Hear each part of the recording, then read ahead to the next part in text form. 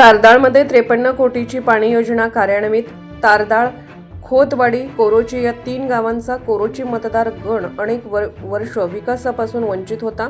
2017 मध्ये प्रसाद खोबरे यांनी भाजपामधून प्रवेश करून कोरोची मतदारसंघात जिल्हा परिषद सदस्य म्हणून वर्णी लावले आणि 5 वर्षात विकास कामांचा डोंगर उभा केला। तारदाळ, खोतवाडीमध्ये ग्रामपंचायतीवर भाजपची निर्विवाद सत्ता आहे। दोन्ही ग्रामपंचायतीच्या माध्यमातून शासकीय योजना घराघरात पोहोचवण्यात त्यांना यश मिळाले आहे।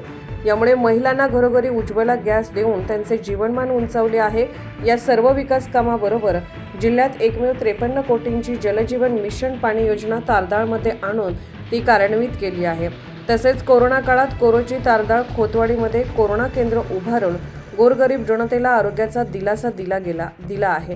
तर कोरोची परिसरात अनेक विकास कामाबरोबर शेतकऱ्यांसाठी अनेक बंधारे उभा करण्यात त्यांचा मोलाचा वाटा आहे। आधार कार्ड, मतदार नोंदणी, संजय गांधी निराधार योजना यासह शासकीय अनेक योजनेचा लाभ ग्रामस्थांना मिळवून दिला। तसेच रक्तदान शिबिर, आरोग्य तपासणी, महिलांसाठी मार्गदर्शन शिबिर, महिलांसाठी कार्यशाळा, महाश्रम कार्ड, जॉब कार्ड, लाडक्या बहिणींचे ऑनलाईन KYC, बांधकाम कामगार नोंदणी शिबिर, PM किसान व लाडकी बहीण योजनेसाठी विशेष कॅम्प यासह अनेक मूलभूत सुविधा देण्यासाठी प्रसाद खोबरे हे नेहमीच प्रयत्नशील राहिले आहेत।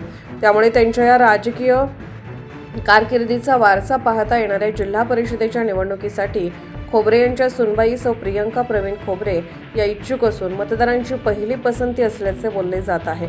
त्यामुळे या निवडणुकीत कोरोची मतदारसंघात प्रसाद खोबरे यांचे वर्चस्व असल्याचे दिसून येत आहे।